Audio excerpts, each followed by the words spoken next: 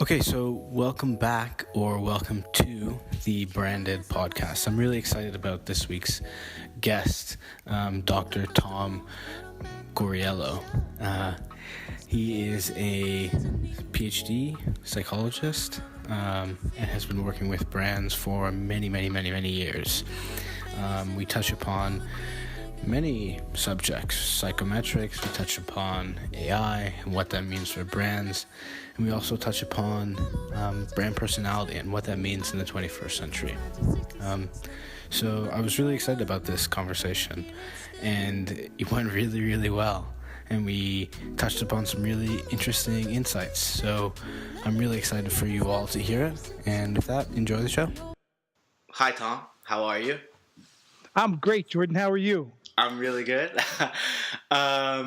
So just a little bit of background about the Branded Podcast is really, we're going through a time that everything, it seems, is shifting. Media, a lot of different consumer brands, specifically CPG brands, a completely unprecedented time. And I think a lot of the tried and true methods of brand building and consumer behavior and what we thought we knew about consumer behavior is completely shifting. So the podcast really looks at the intersection of three different disciplines. So the discipline of brand builders, people who are building both new brands and older brands, and then brand agencies, people who are helping to build those brands, either new brands or reviving older brands, and then the artists and academics, the people at the razor's edge of society, the razor's edge of what's perhaps new or emerging. And I think that's a really great segue into yourself, as you are a PhD, you a psychologist. So if you don't mind just maybe giving a little bit of background about yourself and how you've come to learn about people as well as the mind and how that relates to brands and technology and whatever else is relevant. Sure. First of all, thanks for having me on the show. I'm really happy to be here. Absolutely. As you mentioned, I'm a psychologist, and I started my academic studies in psychology because I was always interested in what it is that makes us who we are. Who am I and why do I do what I do? Those two fundamental questions of psychology have always been important to me. And so I started off being a clinician. I wanted to help people and studied clinical psychology and got a master's degree in clinical psychology, started working in an institution for seriously mentally ill people while I was studying for my master's degree. And that was a transformative experience to see human life in some of the more extreme conditions that human beings find ourselves in sometimes. And that was,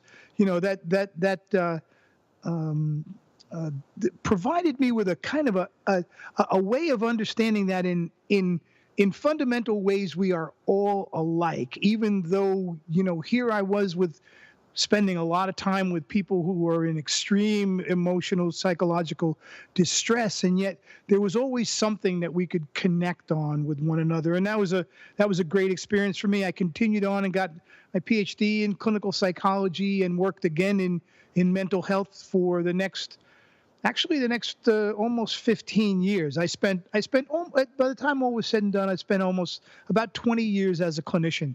And really cherished that experience, but at the same time I was working in a community mental health center in the eastern suburbs of Pittsburgh, and as so often happens in the human services field, you get promoted if you have, an interest in trying to build systems and do things. And so I kept getting promoted into administrative kinds of roles. And one of those roles took me into a position that led to using technology in a very early form of technology, which was the very first word processor that any of us had ever seen in 1979. A team of us wrote a federal grant application on this standalone word processing system, which was this fantastic magic device. And I was really taken by technology at that point. It really was magic to me. And so I ended up being involved in implementing management information systems in this mental health center where I worked, and then in other human service agencies. I started getting. I was because I was doing administrative work in the mental health center where I was working during the day. I had started a private practice to be a clinician at night because I still wanted to do therapy. But then I started getting calls to be a consultant, and I used my practice as a platform for consulting. And so that was, now the numbers start to boggle your own mind, but that was, now almost over 30 years ago that I started my consulting practice. And so I started working with organizations first around technology implementation, and then very quickly got into the organizational dynamics that led people to believe that they had a technology problem when they really had an organizational problem. All the technology. What do you mean by that? Well, because you think, well, we're going to get this computer and it's going to solve our problems. It's going to give us what we need, all the information to make decisions and so on. But meanwhile, it was the same people making decisions in the same way that they had made before and communicating in the same ways that they had done before. And so all the technology did was to amplify kind of the problems in the organization. If you had bad communication, for example, among the silos of the organization, all it did was to create silo wars then based on information rather than just personalities. And so I started seeing it was almost like doing family therapy for me at that point in the organization, is trying to bring the organization together to function more effectively and efficiently. And I did that in healthcare for about the first 5 years of my consulting practice, and then got absolutely sick of healthcare after being in healthcare for a long time, and joined an organizational development consulting firm and started working with brands for the first time. And that was really that was now almost 25 years ago. That was a great eye opener because I had never worked in a commercial context before. I'd always worked in a not-for-profit organization. And so, the whole idea of profit and making money and how do you do that was, I was a child of the 60s, and this was all kind of like, I don't know how I feel about this. But boy, the opportunity to maximize performance in an organization, in a brand, and then to have that deliver great results in the form of money and happiness for people, that really became that was too much for me to resist. So I've been consulting with brands ever since. So that's a great segue into the first question, the first real question. And as I kind of alluded to before, brand building is really changing, and I think because of technology once again. So my question to you is, what is an iconic brand in the 21st century? Which is kind of large and overarching, but I think it's an important question. Well, so do I. I think, first of all, the idea of being iconic is, icons are symbols, and they're symbols of something, right? And so if I think about what is iconic in the 21st century, as you say, technology is certainly a critical element of being iconic, but technology in the service of something is what really then I think makes a brand stand out as iconic, because it is it's in the service of something important to the brand. And that doesn't mean that it has to be important to everybody, but it's important to the people in the brand and important to the brand. So when I think about an iconic brand in the 21st century, I think of Amazon, and I think of Amazon as iconic in that it has grown in the execution of the technology in the service of a very enormous goal. and that is the enormous goal of getting everything to customers that they want as quickly, as in as frictionless a manner as possible, for the best possible price. And they've taken that principle and they've just executed it and executed it and executed it. So I think it's that iconic brands today, in my view, are brands that resonate with the zeitgeist, that resonate with the spirit of the times.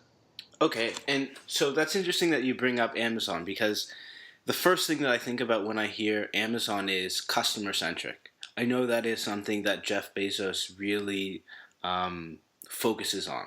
Customer centric, customer centric, customer centric. Focus on the Yeah. customer and Yeah. deliver to the customer in service of what I think I'm hearing you saying is the mission of Yeah. faster, cheaper goods to the customer, frictionless goods to the customer via whatever the technology may be, if it's voice or e-commerce, whatever. Yeah. Now, what I'm trying to understand is the principles, and it seems like this principle of customer centric is something that can be applied to other brands. And is that right? Do you think that is what other brands that are not necessarily as technologically savvy as Amazon, say the bakery down the street or the car mechanic up the road, is that something that they can learn from Amazon moving forward as a brand to be great or iconic or just really good brand builders in the 21st century? Yeah, that's a great question. I think that customer centric, to me, is an expression of something deeper, and and to me, it's an expression of care. Mm. The and it's difficult to talk about care without sounding like it's a matter of being nice, and that's not the sense in which I'm using the word care. I'm using the word care to indicate a deep commitment to um, the work, a deep commitment to the mission, to the principles of what it is that you're doing. And so it's the difference between holding an object in your hand that and holding that object immediately brings the care that was invested in its creation, immediately brings that to your experience. You feel it, you hear it, you smell it, you touch it, you know it immediately. Like, this was not something done in a hasty, superficial manner. It was done in a caring manner. It was done in a way that even I'm reminded of, and Steve Jobs quotes are now, unfortunately, like anything that's brilliant wisdom, can become a cliche. But it's that idea that Steve Jobs always talked about finishing the back of the drawer. His father. Right. The idea Right, I that read the autobiography with r- the inside of the he was a carpenter, right? Or his father, right. was getting that. So the idea that the parts you don't see Yeah, get the the same parts you don't see, care as the parts you do see. right. Well, Right. that's a reflection of a deep commitment to caring.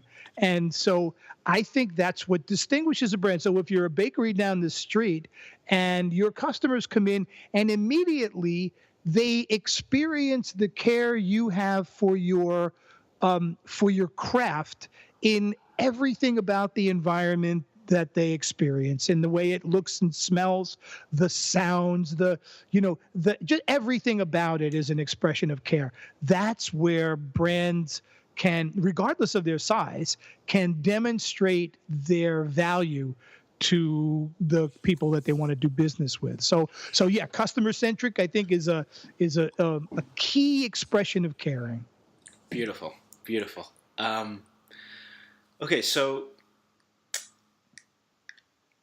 back to this idea of technology, I think something that I find myself asking, perhaps you ask other people as well, or students of yours or clients or whatever, ask what is going to change in the future. How do we adapt to the future of what is going to change? But I think perhaps a more interesting question is, what will not change? What do you think brand building, what with regards to brand building will not change, and how can brands and individuals index upon those things to secure their worthiness, for lack of a better word, in the Mm-hmm. future? Yeah. How do you think through that? Well, I think credibility is pivotal for and is pivotal and will, I believe, will continue to be pivotal in the future, particularly now when we live in a time when hype is so pervasive and is so instantly exposable. It used to be that you could say things that weren't so, and you could get away with it. You didn't have to be as consistently credible as you have to be today, because it's the implications of not being credible, not living up to your promise of what your brand says it's going to deliver. They're immediately visible to the world. We communicate with one another. We love to communicate failure. We love to let other people know, here's this brand, or here's this person that says this, and this is what they really are like. The negative Yelp review. Absolutely. Right. And while that's, we kind of get a little worried about how easy it is to trash someone or something. The fact is that consistent credibility is going to carry the day. So, that you can get one lousy review, and you look. I just ate at a restaurant. My wife and I just ate at a restaurant in London that had one review, and somebody didn't like the food and didn't like whatever, and but there were hundreds of reviews of people who really did like the place and loved the food and loved the atmosphere. So the credibility of that performance made a huge difference. So I don't think that's going to change at all, because we seek that kind of reliable, credible engagement, so that we don't have to worry about the things that we're being told about something. It's a big cognitive load to having to work, like if every time somebody says something to you, you have to think, now, is that real or is that bullshit? Is that really, did they really mean that? Or is, no. But if you have that implicit belief in the credibility that's been earned by the person or the brand, then it just takes so much. I don't have to worry about ordering something from Amazon. Like, am I really going to get what I ordered? Are they really going to, is that package going to show up? The last thing I have to worry about is whether or not that package is going to show up. They have credibly developed that reliability. And to me, that's extremely valuable. So the last guest that I had on was this gentleman by the name of Alan Clement, and he's this a practitioner and teacher of this jobs to be done theory. I'm not sure if you're aware of it. Very, very yes. I'm very, very excited about Clay Christensen's jobs to be done model. Oh, awesome! So maybe we can talk about it for a little bit. Sure. Because Alan was I asked a similar question, and he was trying to articulate that the product doesn't matter. It's about expressing progress to the individual and speaking to the progress that they're trying to make in their life. And he gave the example of Snickers. And Snickers speaking to the job of satisfying hunger instead of speaking to the job of a candy bar or whatever it may be. We also spoke about Donald Trump and Barack Obama, and how both of them interestingly spoke to the idea of, or the progress of, hope in the future, hope and change in the future, or as in Donald Trump's rhetoric, or whatever you want to call it, was make America great. It's like hope in the future for Again. people. Again, Again. right, again, right. Yeah. Yeah. So it's very interesting, but I could think both with Snickers, Barack Obama, and Donald Trump, you could assert, or at least in my opinion, you could say that the product is not living up to the progress that they articulated. But for the person or the last guest, Alan, I guess he was saying that the product doesn't matter, which I sort of disagree with. So I'm interested in your idea of jobs to be done and speaking to progress, as well as this idea of, not even idea, but brands in the future, or that brands that resonate in the future are going to have to execute on all of the touch points, every single one congruent with the true north, whatever it may be. So I'm interested in on your take on that, the product, the product as it relates to progress, jobs to be done, etc. So the model is called jobs to be done, right? So it's not job to be done. So right. One of the key insights of the model is that there are multiple jobs to be done by anything, by any product or experience. So, and Christensen's model analyzes the jobs into three main categories, which are functional, emotional, and social. So now, to say that the product doesn't matter, I believe, is to omit the importance of the functional characteristics of the job, so that I may weigh the emotional characteristic of a Snickers.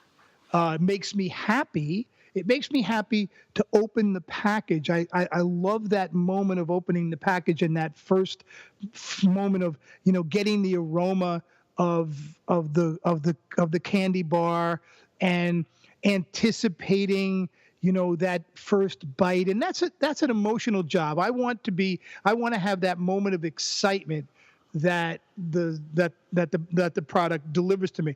But if the product doesn't meet its functional job to be done, which is to manage my hunger, to help me manage my hunger adequately by having the characteristics, the ingredients, the flavors that are going to keep me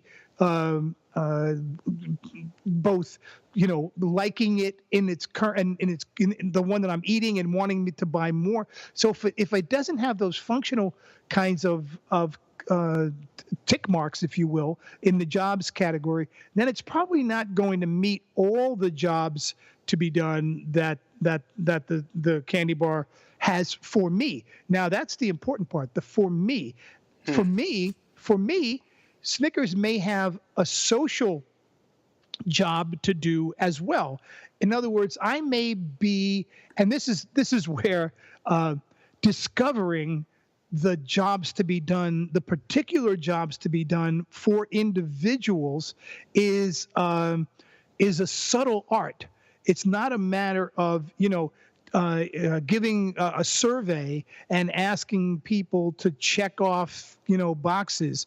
It's a much more interactive, qualitative process of exploring the potential jobs to be done for this individual, and for this individual, and for this individual, and then starting to move from the particulars to the more general themes that you learn in those discussions with people. So, for example, you think about Snickers, and whether it's social. What's the social job to be done of a Snickers? Well, I kind of, I'm an old man, and maybe having a Snickers is an indication that I'm kind of I'm sort of with it. I'm not too I'm not too stuffy and stodgy that I won't sit down and have a Snickers with somebody. And it's kind of it's a youthful signal. That might be a social job to be done for me for a Snickers bar. Might not be for the next person, but maybe there's more people like me. I'm sure you remember this from class, Jordan. If you experience it, others experience it, right? Right. If you're so you're not alone in experiencing that. The Snickers makes me feel kind of like I'm all right. I'm kind of a kid. I'm sort of okay here. Long way of saying, I think that the functional, the emotional, and the social meaning of the product, the jobs to be done of the product, are a very powerful lens to use for examining brands, products, and experiences. How would you go about doing that? I know that you sort of already alluded to that in your previous articulation, but I'm curious about maybe more granular detail of, or maybe we can dissect a brand right now, like that you think, okay, let's, I don't know, pick a brand, any one. Maybe Warby Parker is a good example. I'm looking at your glasses. I don't know if they're Warby Parker, but they actually no, but they're an interesting example. Okay. Because I've sorry to interrupt you, but that's all right. I've read about jobs to be done and a lot, and it's actually the first time I've heard social, emotional, and functional broken up like that. I remember that, and I remember, and I use that a lot in some of the clients that I work with doing the just traditional brand strategy. But I'm interested in it in the context of jobs to be done. So let's continue with Warby Parker. So let's think about these glasses that you just commented on. Yeah. These are new glasses. Okay. And they are well, thank you. They are readers. And I've worn prescription glasses since I was 13, and have gone through contacts, and then you get too old for contacts in some ways because then you can't, you need glasses to read, and you do different things. So, I've gone back and forth to glasses, and so about, I guess now about maybe 3 or 4 years ago, I went back to wearing the same frames that I wore when I was 13, which are these Ray-Ban Wayfarer black without the sunglass ones. I have the sunglass ones as well, and those are that's what I wear every day as my glasses. So, and I also bought a pair of these as readers because they're progressive. I have progressive lenses in these as bifocals, right? So I most of the time I'll be wearing those. But if I'm just going to read, and for work in front of the computer at this distance, I'm sitting here in front of a 27-inch iMac, so I need a pair of glasses that'll help me see the whole thing. So I said, okay, well, I got a pair of readers that were same frames except tortoiseshell, not black, so I could tell the difference between the two because I'm old and I know I'll never be able to tell the difference if they look the same. It's like, I know I'll get the tortoiseshell for the readers and the black from the everyday. All right, great. They were $500 for the Ray-Bans from my ophthalmologist with the right, the perfect prescription reader lenses and so on. And I was happy with those. I'm happy with them. But I realized I need a couple more pair. I need a pair for my computer up here. I need a pair downstairs for where I read on my iPad on my favorite chair downstairs, and I could actually use a pair in my bag so that I always have a pair of readers in my bag. I said, wait a minute, I'm going to spend another $1,000 on two more. No, I'm not spending $1,000 on two more pair of reading glasses only. That's goofy. So what do I do? What did I do? So I said, okay, I'll go to Warby Parker. So I went to Warby Parker, and I got similar kinds of frames, not exactly Ray-Ban frames, but they look really close, and they were terrible, functionally terrible. The lenses were terrible. They absolutely they were terrible. So it was like, wow, that's really something. Well, let me try again. Try it again. Terrible. 2 times terrible. I said, okay, now and I even went into the store. I didn't just, I said, okay, maybe the first time it was an online, the prescription wasn't right. So let me go into the store. I went into the store, had my readers, did the thing, got them back. Terrible, terrible again. Wow. I said, okay, well, that's, now from an emotional and social point of view, let's now look at the jobs to be done of Warby Parker for me. Yeah. I'm a hip guy. I like technology. It's like, here's a modern brand that's using all of the power of technology to bring the price of this down to $95. And, it's really going to be, but it functionally didn't work for me. Absolutely functionally didn't work. Socially, it was cool to tell people, hey, Warby, yeah, my Warby Parkers, they're great, except they didn't work. They didn't work. So a month ago, I'm in Walmart. No, I'm sorry. I'm in Costco. Okay. I'm in Costco with my daughter, who's in from out of town. Okay. And we're walking in Costco, and she says, "You see those?"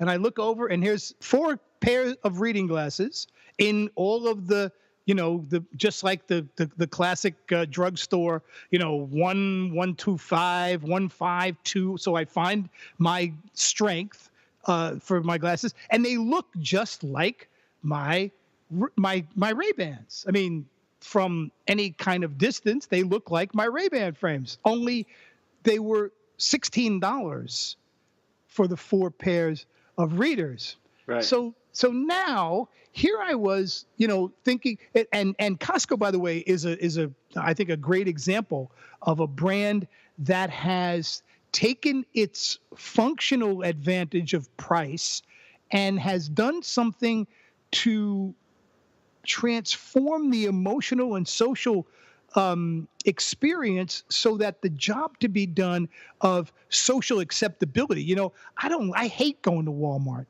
I absolutely hate. I hate setting foot in a Walmart. It makes me feel.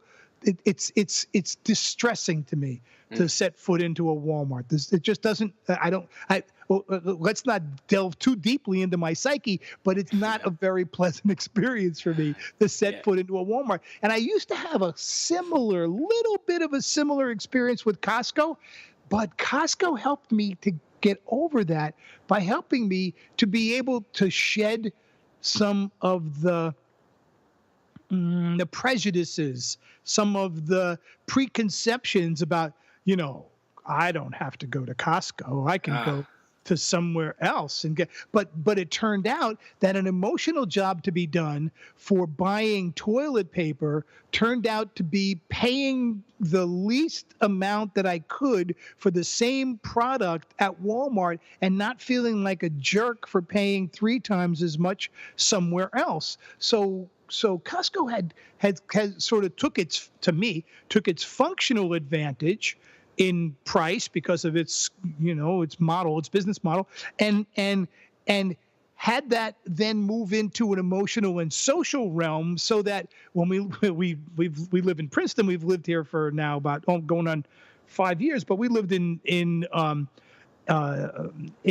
Stamford, Connecticut for 17 years, and Fairfield County, Connecticut, right? I mean, Fairfield County, one of the richest counties in America. Like, wow. Well, the Walmart parking lot, the Costco parking lot in Norwalk, Connecticut looked like a Mercedes-Benz dealership and an Audi dealership, right? Yeah. I mean, I would look around and I'd go, everybody has gotten over this problem with shopping at a discounter because Costco proved that the emotional and social job to be done of a discount retailer could be done for anybody at any economic level when they position themselves to get that, to satisfy that job, to do that job adequately. So, unfortunately, Warby Parker didn't do that for me. But here, of all places, I never would have expected Costco to be a place where I bought reading glasses. Wow.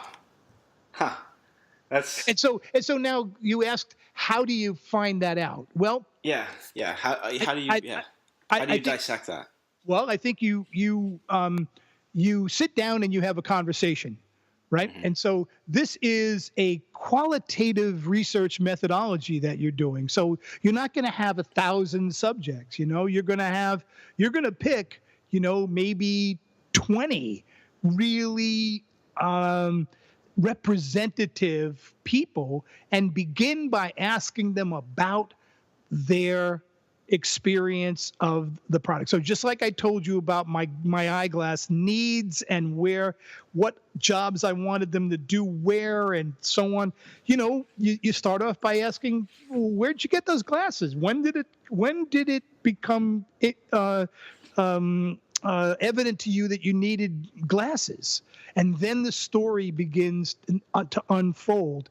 And Right. your job then as an interviewer is to be listening for the key moments at which the individual experiences either a resonance or a dissonance with their functional, emotional, or social job to be done, which may not have been implicit, which may not have been explicit. Most of the time, jobs to be done are implicit. You have to help people to unearth them, to kind of Right. reveal the job. The iconic story that Christensen uses is the The milkshake. milkshake. Right. Yeah. Right. So nobody knew that the major job to be done was for the milkshake to essentially entertain the person from the time they got it till the time they got to work, to help them fill Right. that time. There was more to it than just,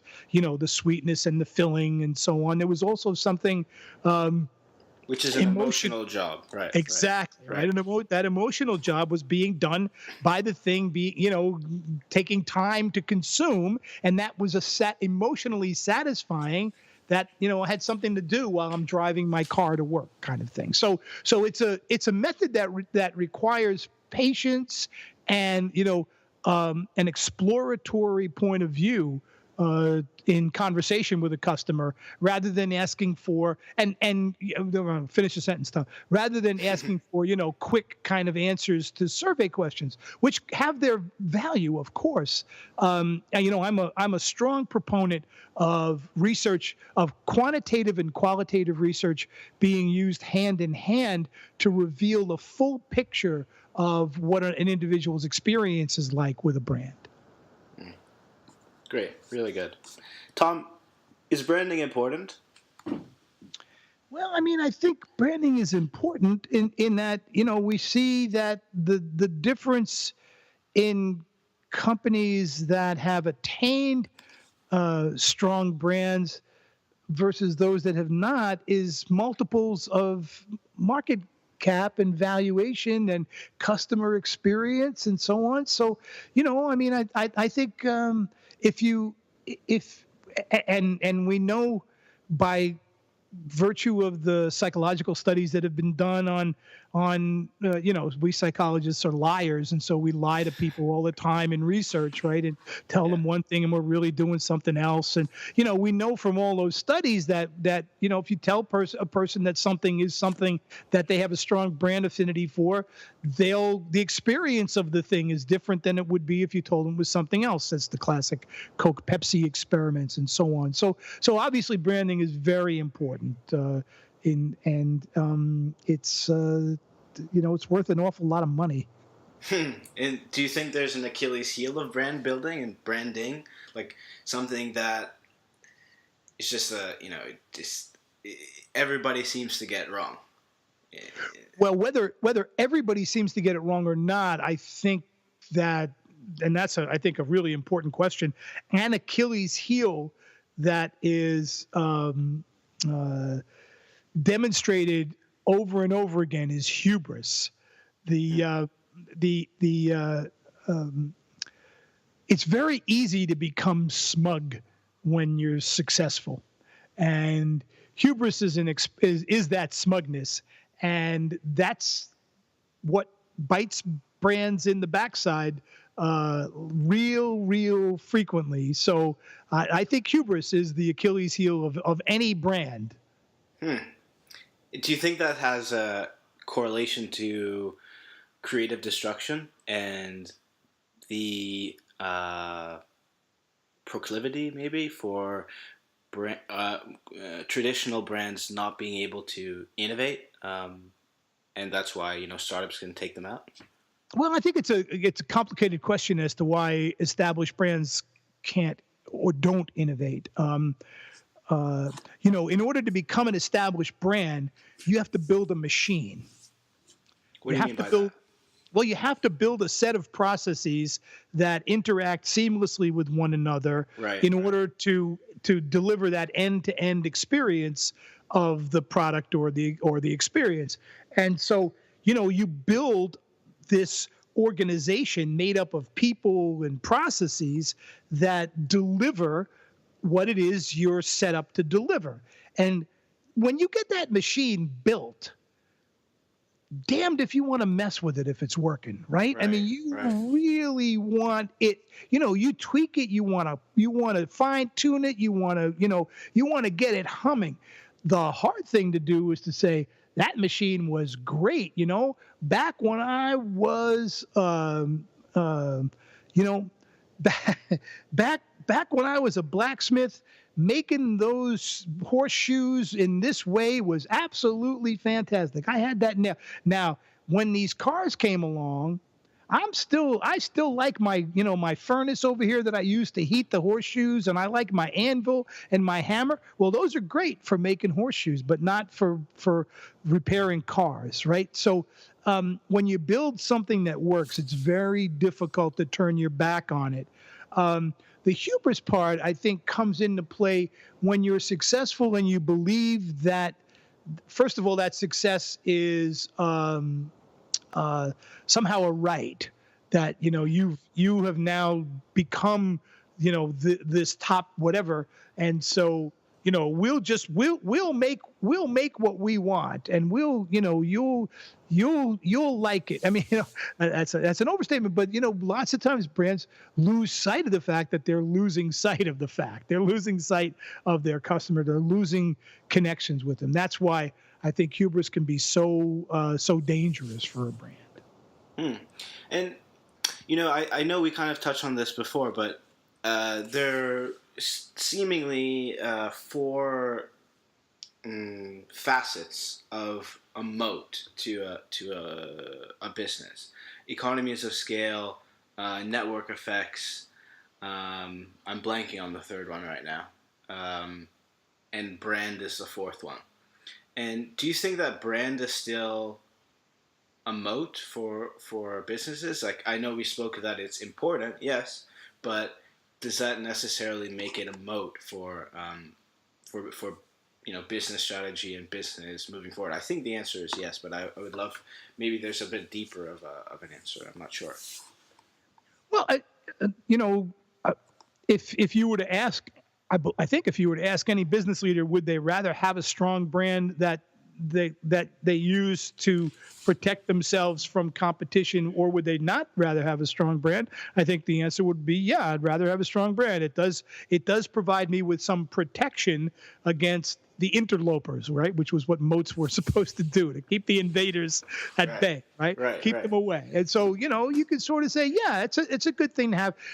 I think an important um, uh, element of that today, however, is that it used to be the moat felt like an ocean. Like you could never challenge a big brand. You could never, Right, right, it was like, wow, this moat, it's got sharks in it, it's got all right, kinds of stuff. Well, today, that moat, yeah, it's still there. First of all, it's fragile today.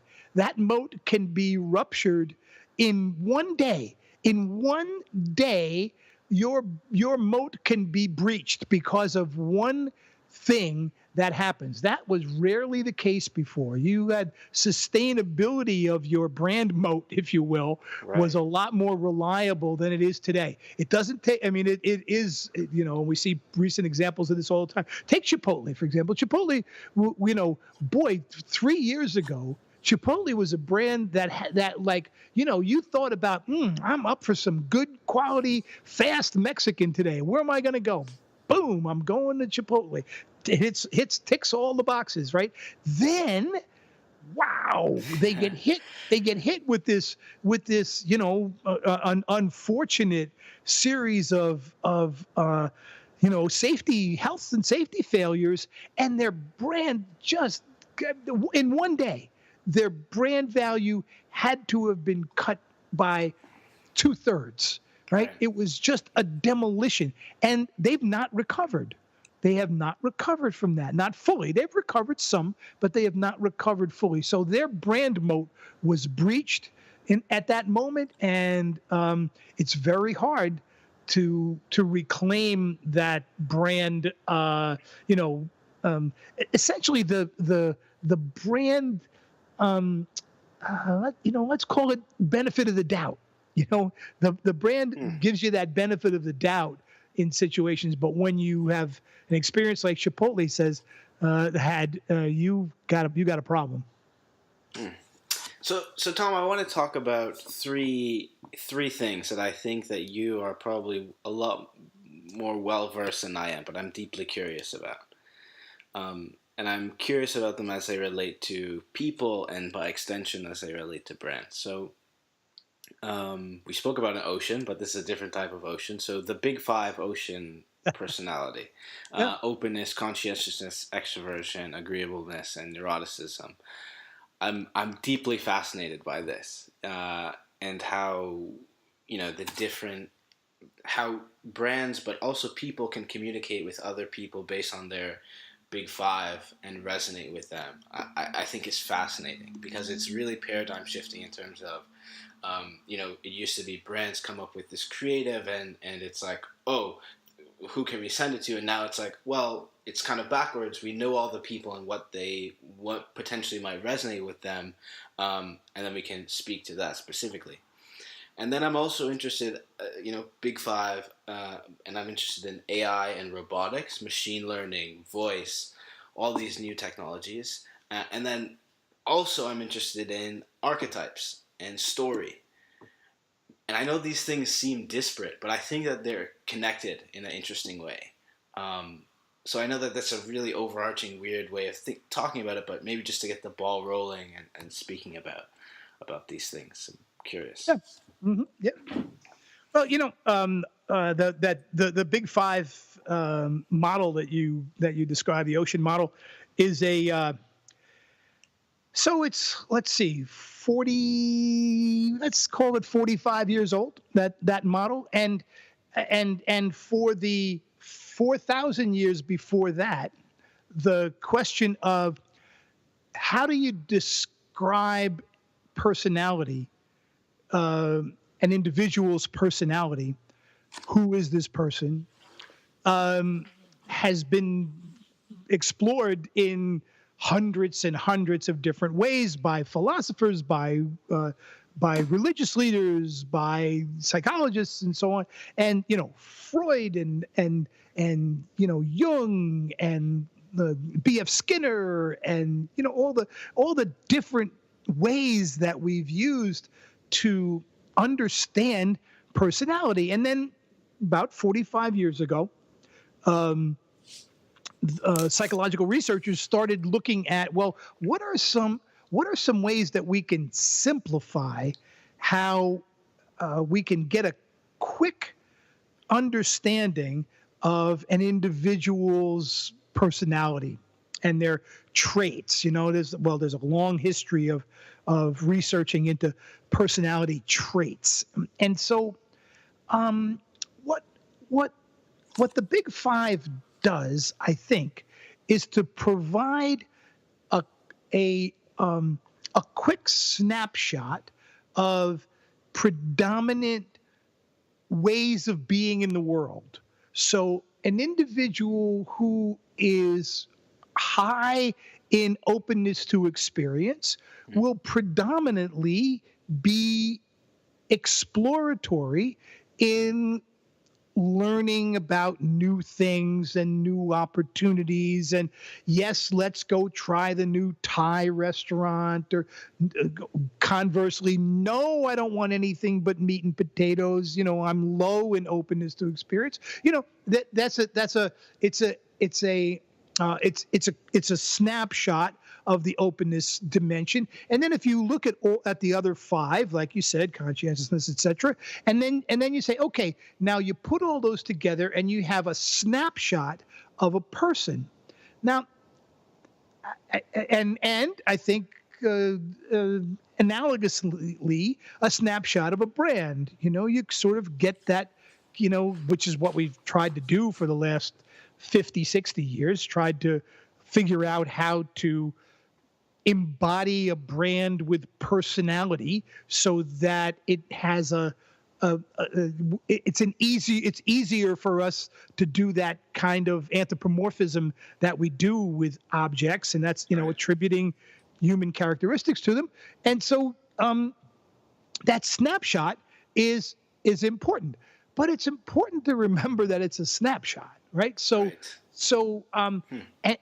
as we now have become more sophisticated in our appreciation of people, and now let's talk about brands, what we know is that, well, every one of those characteristics of the big five, some days more than others. Right? Sometimes. What do you mean by that? Some days I'm more open to experience than other days. Some days I'm more agreeable than on other days. Right. I have a range of my expression of these characteristics. I'm not a cartoon. I'm not a caricature. Right. And so brands have in the past been, I guess, forced in a peculiar way to caricature themselves, to have to be stereotypes of themselves. Today, I think it's possible because we are more, I believe, because we are more accepting of sometimes yes, sometimes no of individual personality traits and characteristics, we also can give brands more leeway in this kind of flexibility of expression of the big five. They don't have to be trapped in a narrow definition of themselves, so that, for example, some earnest brand, can be a little edgy sometimes and a little neurotic sometimes. And if it's done with, that kind of creative flair that always, makes the difference, then we can say, now that was clever. There's a brand like Coke, doing some edgy ads, and you're going, now that's not, that kind of shiny happiness, kind of, agreeableness, high agreeable. They could be a little edgy and a little fun because we know that that's a variation on their fundamental personality. And so I think we've become more sophisticated in understanding that sort of latitude that brands have, and brands are getting better at being able to be that sophisticated in expressing themselves. That's beautiful. I've got a lot of things going off in my head because I've never thought about it like that, because I see it in my own life. It's true. Some days I'm more open. Some days I'm more conscientious. Some days high in neuroticism. And absolutely. And I never thought about it in the context of a brand. Never. And now Sorry, go ahead. No, please. Because I think because we have been, we've been trying to get the idea of brand personality instituted and executed, and so that meant, consistency, be consistent about what how you communicate. Don't be off message, don't be off brand, Brand, right? right. Well, now you can be off brand as long as you're on brand. Right, you can right, right. you can you can kind of, you can be playful with your personality now. You can let some aspects of yourself show, which make you more credible. See, it's that kind of artificial consistency that makes us suspicious of brands, because they don't feel real. They're never Right. anything other than just this one thing. Be a little, show us another side of yourself, and the chances are we're going to accept that, as long as we understand what the like the center of gravity of the brand is. How does that? I'm so curious. How does that manifest? Like I know we sort of alluded to it with like Pepsi and Coke, or Coke, and they could be a more edgy. But do you see it? Do you see that in newer brands, perhaps? Like, do you see Warby Parker is a bad example, but maybe I don't know. I think Google, maybe the Google's a brand, in my opinion, definitely, and Sure. perhaps a very mm, conscientious brand, maybe. Yeah, I Um, think that's fair. I think conscientiousness is a very high characteristic value for Google, and I think one of the things that maybe what Google has done is to demonstrate. I always think, when and when not. When are they conscientious? When are they not conscientious? So, right. so they're very to me, they're very conscientious in their search algorithm, credibility, but the I don't know, the sacredness of the algorithm to deliver results. Yes, if you Mhm. pay, you get results up here, right at the top. But as long as it doesn't say ad, what you've gotten are results that are um, the result of a fair evaluation of link weights, right? And so Right. that's where their credibility comes from. But when they do things like create Google Glass, and they go, "Oh yeah, here's these things for $1,500," like, this is an experiment, basically. So their conscientiousness, it's a different flavor of conscientiousness than plays itself out in regard to their search algorithm, for example. So I think, we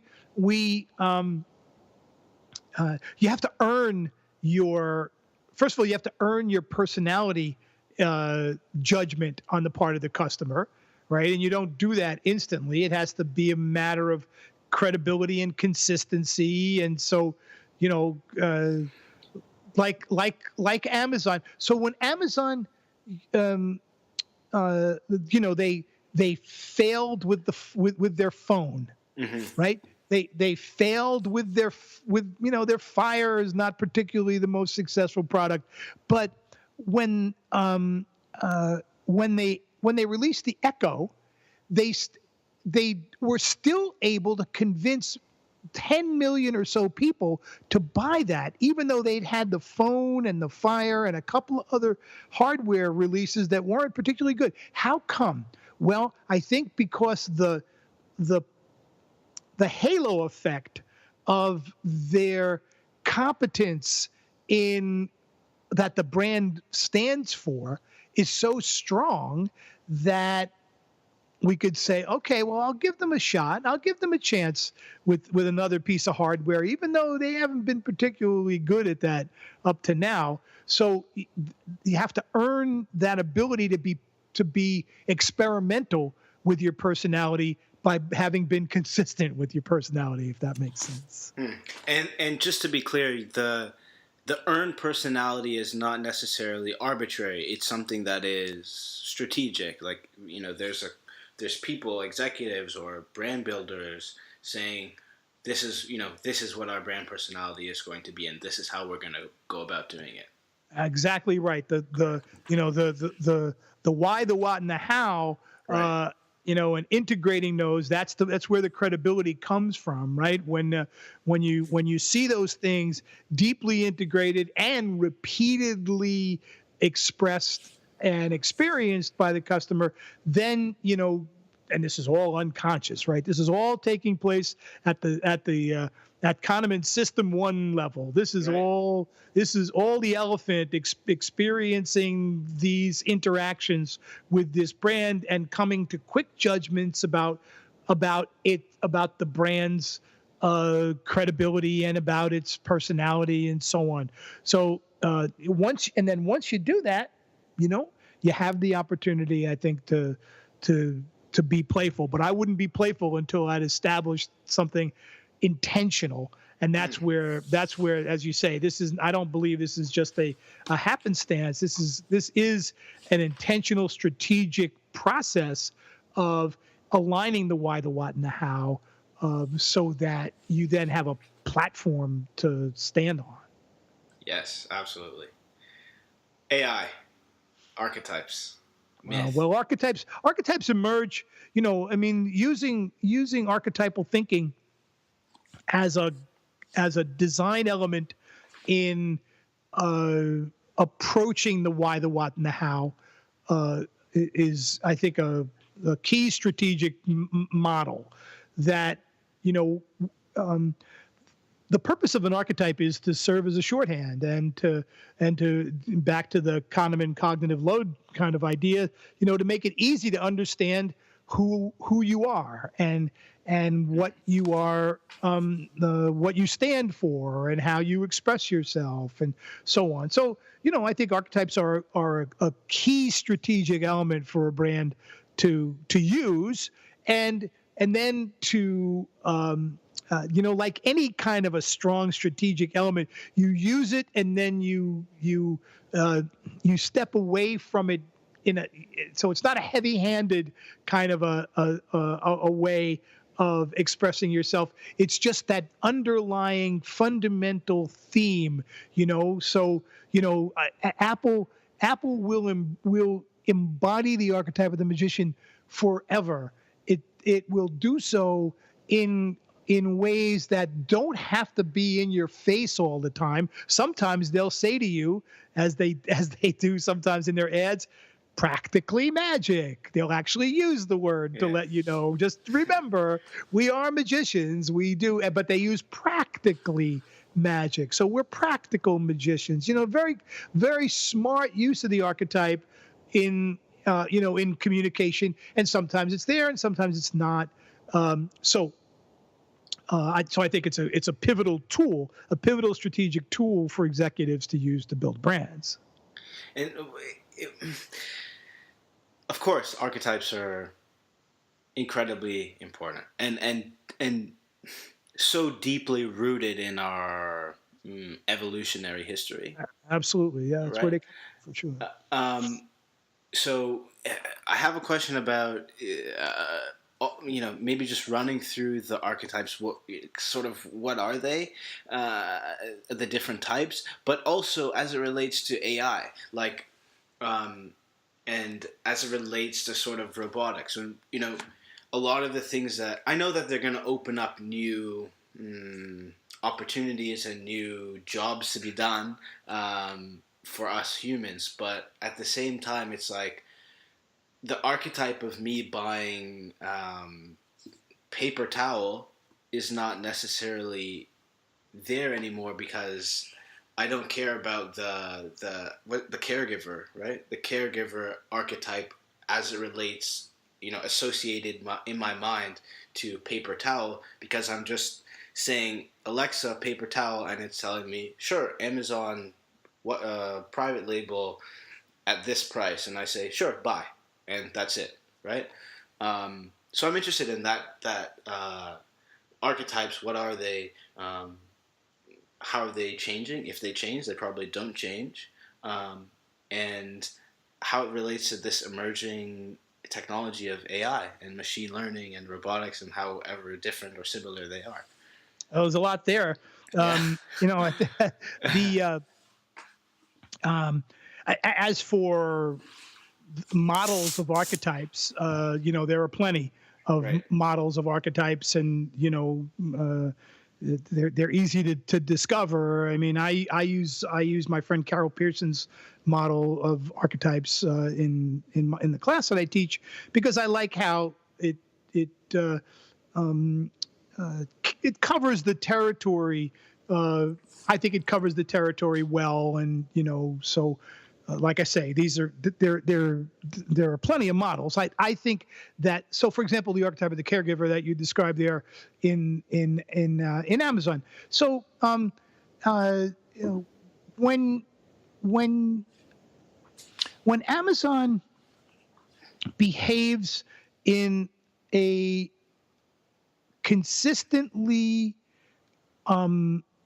nurturing way. Now that's an odd word, but it isn't, in the sense that it is meeting my needs. It's nurturing my needs for paper towels, right? Which is a kind of strange construction, but that's what it's doing.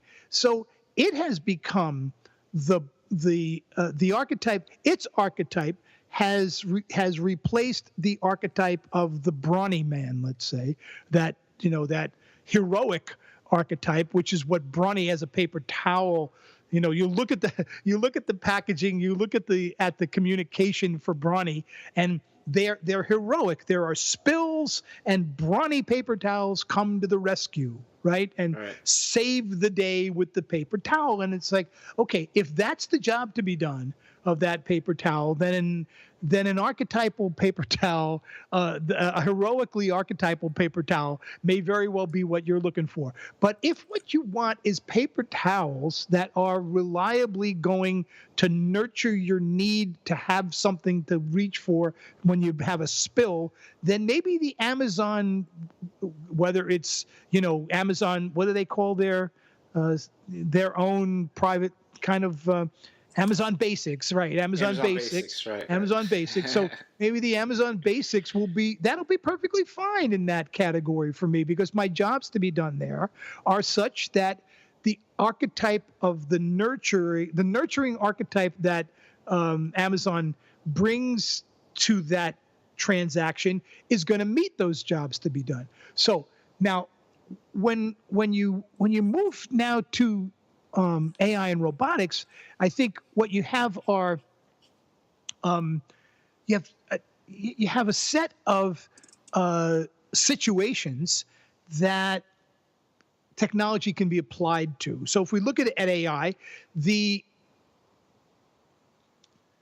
just as we had to do in-depth conversations in order to really appreciate the jobs to be done of a particular product or experience, what AI is doing now is going beyond the obvious correlational models for understanding, let's say, purchasing behavior, to deeper, less obvious ways of understanding that experience. So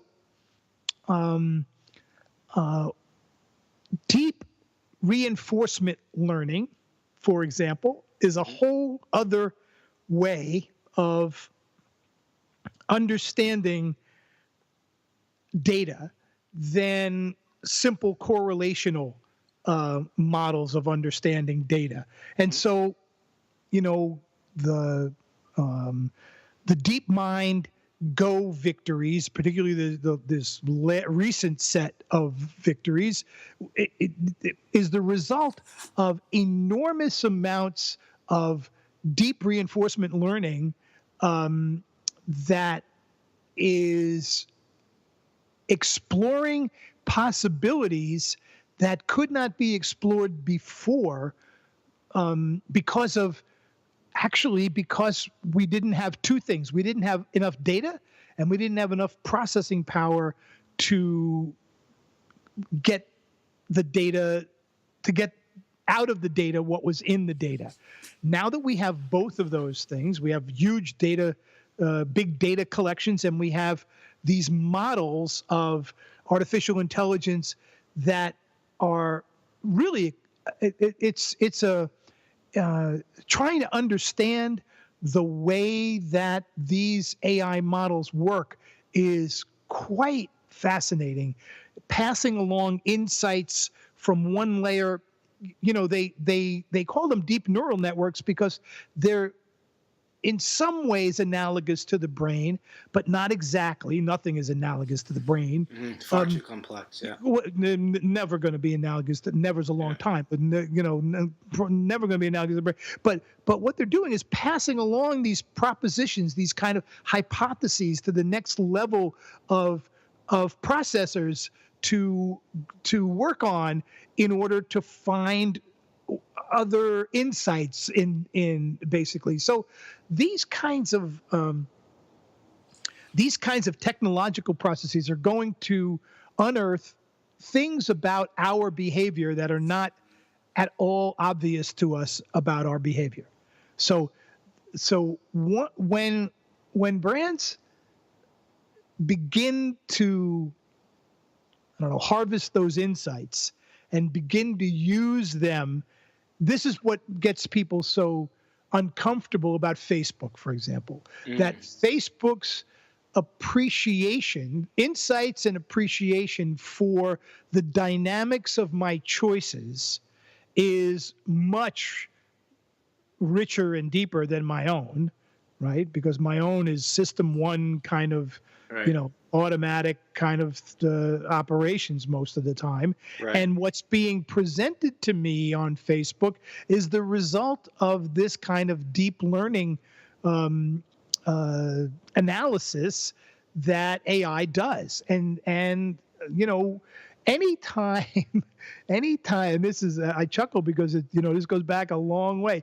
Anytime anybody has a demonstrable insight into our behavior that we don't have, we're uncomfortable. Right. Anytime it's that kind of, I'm a psychologist. Oh, well, you must know all my secret thoughts and feelings. Right. It's implicit in that is vulnerability. Vulnerability, exactly. Right. I mean, I can now be manipulated or, whatever, right? That's the key to it. So AI makes us uncomfortable, and it makes us even more uncomfortable in that many times AI designers and engineers can't really reverse engineer the process by which the AI system delivered its insights. It's a very the example I use in one of my newsletters is that in the first real serious Go championship matches against Lee Sedol, DeepMind in game 2 made a move number 38, that has become legendary in AI and in Go lore, in that it was a move that no person ever would have made in the context of a Go global championship, but that DeepMind, through its neural network algorithms, recommended as the move. And that move, as it turns out, what the world number 5 Go player at the time, when that stone was placed on the Go board in that spot, he looked at it for a few seconds and got up and walked away because he realized literally his mind was blown to the point where he had no idea how to play anymore. It was like, so that is extraordinary. And just parenthetically, in the last set of games, the world champion, who was beaten by DeepMind, said, well, in the first set of games, DeepMind played Go like a human in some ways. Now it plays Go like a god. And you hear people at this level of proficiency, and you say, well, obviously we're in a new territory with this. So, and that makes us uneasy. At the same time as we wonder at it, it also makes us very uneasy. Yeah. Now you take that capability and you put it into a physical object in my environment, a robot that Yes. now will have the benefit of all of that capability in narrow fields. We're still talking about narrow AI. We're not talking Hmm. about general intelligence. We're talking about functionally narrow AI. But Right. Domain dependent. Yeah. domain dependent Yeah. AI. But you take a company like Affectiva, the emotion recognition company, and you take their database, which is now growing millions and millions and millions of facial expressions, and their ability to Right. monitor map those facial expressions, and Right. their ability to make predictions based on those and so on. Now you put that into a physical object, into a robot in my presence, and now I'm going to be interacting with a robot that it's going to be hard to bullshit, for example. It's going to be Right. hard to say, no, I'm not angry. And the Right. robot says, I don't know. You look like you might be a little angry, sort of like that. So what does that mean? That means that we are about to be in the company of a new kind of species that we're going to be interacting with, and that will have tremendous potential benefit for us. And at the same time, whenever we say that, we have to say, and tremendous potential harm for us. I think, for example, caregiver robots are going to be, 20 years from now, it's going to be hard to imagine a a nursing home, a caregiving facility of some kind that will not be replete with robots of all kinds that are going to be assisting humans, not replacing humans, assisting humans in caring for people, because there's a lot of reasons. Because we need them. The population is aging. People who want to do those caregiver jobs, those numbers are down. So I think all of this, brands are going to be using this these advances to their benefit, and I see a very exciting time for brands in using the technology. What do you think? What do you think is like a little, just briefly, but it's hard for me to wrap my head around uh, how a brand approaches this, and perhaps that's analogous to how does a brand approach the internet, which now seems commonplace, right? But Yeah. I'm just curious about like what do you think? What do you think a brand would look like with AI on top of AI, so to speak? Maybe a brand that we already know. Maybe Nike X AI. What does that look like? I don't really know. Well, I think, first of all, I think every brand is going to be using AI, and they're Right. going to be using AI in various kinds of applications. So, we know that Amazon, for example, is using AI in its appreciation of what else I might be interested in Hmm. when it looks at. I mean, I've been an Amazon Prime customer since like the first week that Hmm. there was Amazon Prime. So I've got, I don't know how many thousand Amazon Prime purchases I've made over those years, but Amazon's going to look at that data. I want it to look at that data. I want Amazon to look at my purchase history, Right. use its artificial intelligence insights to enable me to get to buy other things that will be, in some ways, that will resonate with that corpus, with that body of material that I've purchased, and to be um, uh, uh, uh, if they're a caregiver, if the being caringly suggestive, Right. not Circles back to the brand personality. Right. exactly, Right. exactly. So anyway, I think that's going to be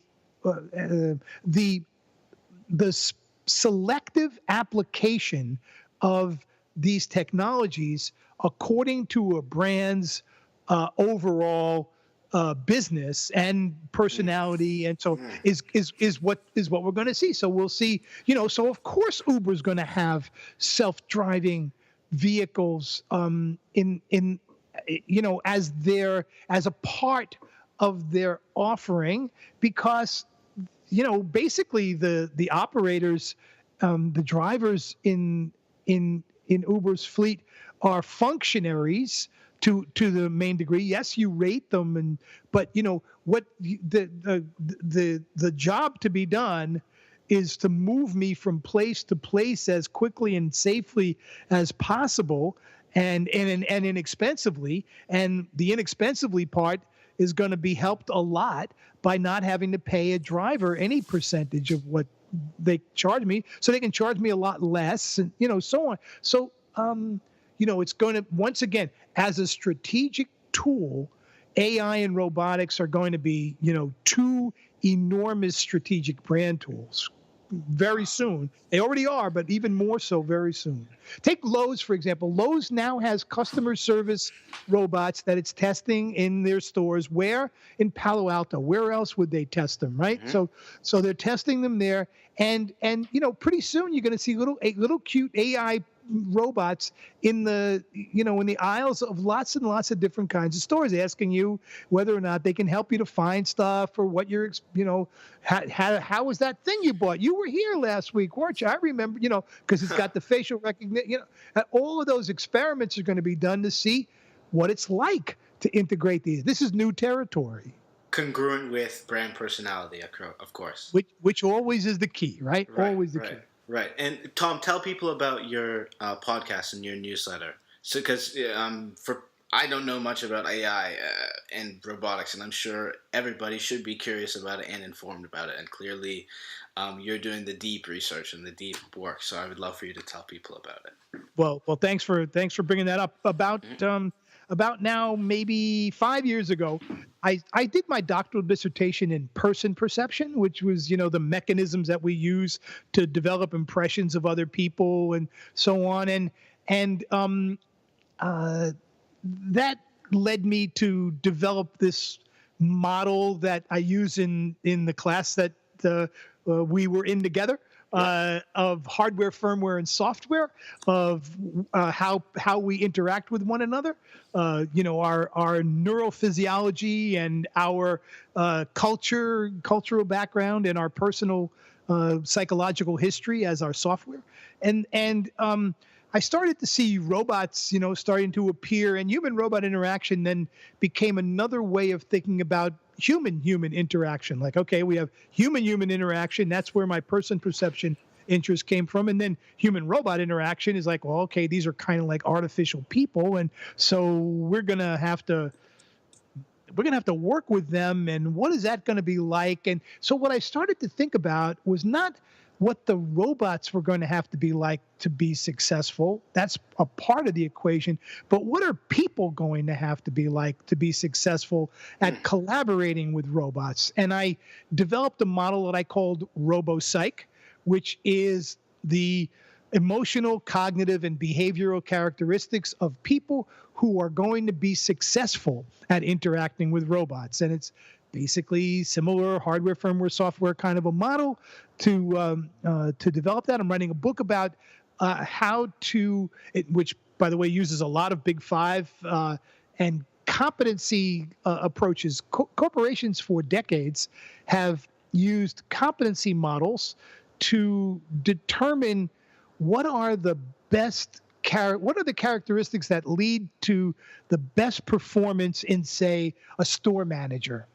If you take a look at a store manager for a brand and you say, you know what, our top store managers, the brands for our top rated store managers by performance ratings, those stores perform 20% better than the stores with managers who are in the lower quartile of performance. So that's a lot of money, 20% delta between the bottom quartile and the top quartile. What distinguishes those people in the top quartile? And that's what competency modeling has been about, trying to understand what those differentiators are, how to evaluate them, and how to train for them. So that's what I'm doing with RoboPsych. I'm looking at what are the characteristics of people who are outstanding at basically collaborating with robots. What kind of personality do they have? What sort of cognitive competencies do they have? And there's a lot of research has been done in all these areas. So I started this website and podcast, RoboPsych podcast, and every other week, RoboPsych newsletter, to explore these issues as to, what is human robot interaction enabled by, and what are the latest developments in human robot interaction, and what kind of competency models can we develop to help people to get better? The whole point is that, some people, just like, think about people and their smartphones. Some people just take to their smartphones and they're just like, logical extensions of themselves. Other people they have a very hard time with them. They don't, they're ambivalent about them, or they don't feel comfortable with them, or it's like any technology. Well, imagine now extend that to robots, and suddenly you're working as a sales clerk in a store, and there's this robot next to you, and you've got to work with that robot. So who are those people? How can we help people to get better at that interaction? That's where I'm spending a lot of my time. And when will the book be out? Well, that's a nasty question. I don't know. I'm hoping that by year end I'm ready to go. But man, I said that last year too. Okay. It's one of these projects that, and I'm an exquisite procrastinator. It's one of these projects that I have to always be careful to keep from growing way out of control. Okay. But I feel comfortable about the model that I've developed now. So hopefully by the end of the year. Okay, and robopsych.com, is that right? Robopsych.com is the website.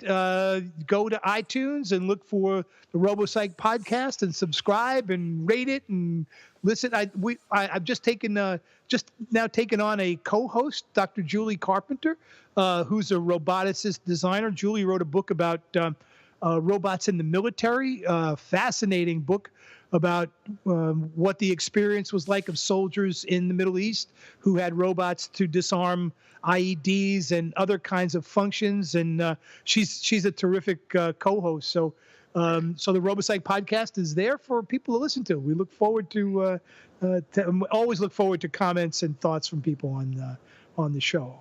Given the chance to turn around, it says 3, but let's go with just one really bad brand. And given the time frame of only 4 weeks, how would you do it? What would you do? What would the brand be? I hate this question. I hate this question. I hate this question. I hate this question because it reinforces some of the worst stereotypes about consulting and helping business leaders. I've been consulting for a long time, and I've made this mistake many times. Mm-hmm. When after spending a day, a week with a company, having an executive call me in and say, "So, what do you think?" Now, what isn't said is in parentheses, smart ass. That's so what do you think, smart ass? Right? Yeah. Is always kind of there. And it's one of those questions it's loaded, because if you have an answer, you've basically said, "Well, you idiot, why didn't you do this?" Right. And if you don't have an answer, then it's, well, what good are you? So right. So with that as a reason why I hate this question, that turning around a brand that's in trouble as a result of something that I would say in 4 weeks is magical thinking. Okay. However, what I would suggest is you probably never saw this commercial. No. Maybe in not. In the 80s, there was a commercial for, and I'm not sure even what it was for, but it was for a brand that was in trouble, and the CEO called in about 20 executives and said, "We're in trouble, and here's what we're going to do." And the CEO started handing out airplane tickets and saying, you're going to go see this customer, you're going to go see this customer, I'm going to go see this customer, and we're going to find out what's real about what they think about us. So Yeah. the first thing I would do would be to have that brand say, let's stop and figure out, where are we screwing up? What are we doing that's not connecting? And listening, really listening to those answers, and not dismissing them. Every time you go into an organization and you make a suggestion, there's always going to be somebody who said, we heard that before, we did that before, that didn't work, this didn't work, because everybody wants, I've got this stupid saying that I use, but I use it often, which is, everybody wants to go to heaven, but nobody wants to die. Everybody wants their brand to be successful, but nobody wants to go through what it's going to take to change it to be successful. It's very, very painful and difficult, and often leads to a lot of change and people being replaced and all of those kinds of things. So that's the thing that I would do, would be go talk to key customers and find out what's real about their experience of interacting with your brand. Which brand would it be? Well, I would say that Walmart. Walmart is a brand that I think has the potential, because they have so much firepower, to modernize. It's an interesting brand in that, they're technologically very savvy. They're obviously, to build a machine that delivers the kind of volume of product that they deliver on a reliable basis is an enormous challenge, and they've been very successful at that. But their brand is just damaged in the modern world. So I think it'd be fascinating to have that conversation with them about, well, first of all, about their desire to, if there's no desire to have the brand be anything other than it is, then fine. It's like Uber. Uber's, I mean, if there was such an archetype, Uber would be the archetype of the jerk. Right? Right? Because they're, it's like, wow, yeah, we're jerks, all right. Yepper, we are jerks. But the problem is they're so damn good at their functionality that their jerkiness almost, it's not like it doesn't hurt them, because it does hurt them. Yeah. It hurts them being jerky, but it doesn't hurt them enough because they're so damn functionally powerful. And I think the same thing also is true for Walmart. I think they could how did Costco clean their clock in basically their territory? I mean, they have Sam's Club. Right. How did Costco clean their clock? Costco cleaned their clock by having a very different message than Walmart's. Right. Which they emphasize, to their employees, health benefits and all the kind. I mean, there's a lot. It's that whole consistency of message that's absent, or that is off, that alienates in the Walmart case, that I think attracts in the Costco case. Absolutely.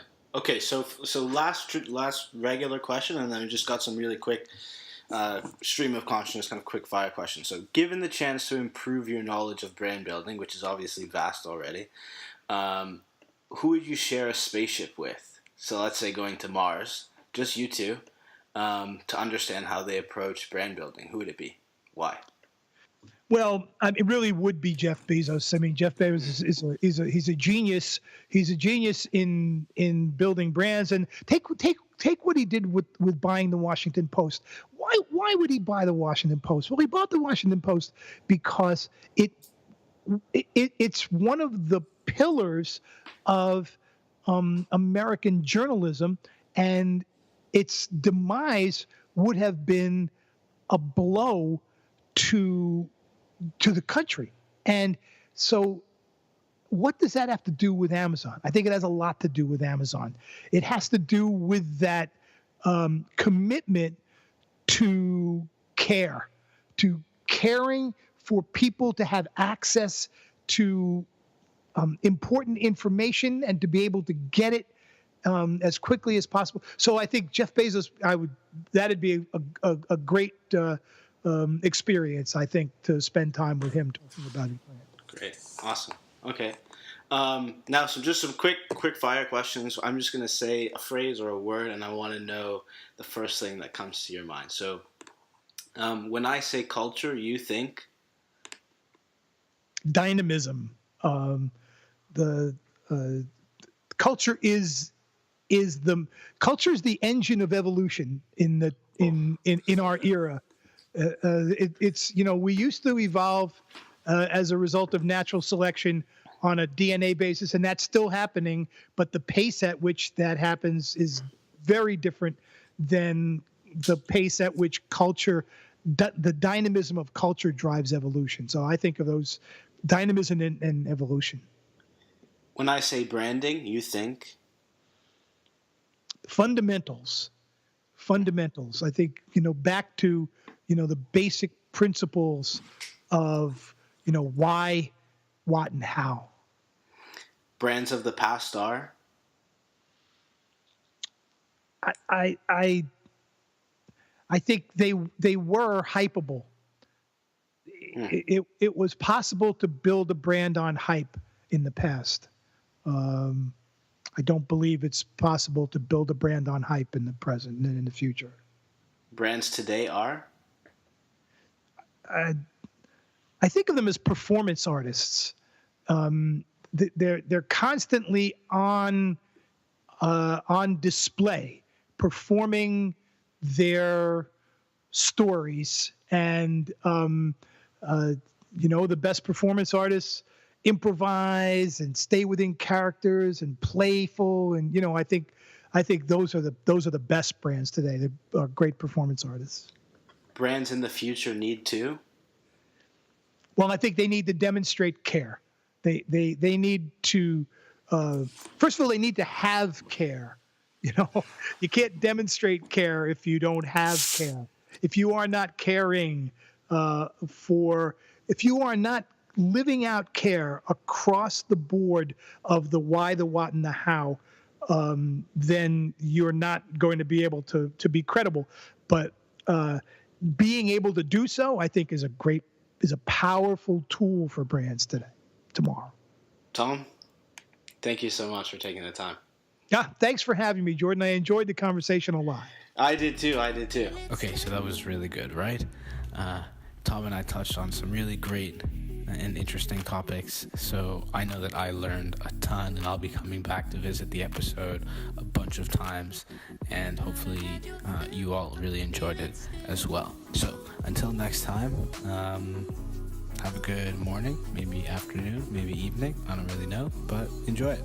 Take care.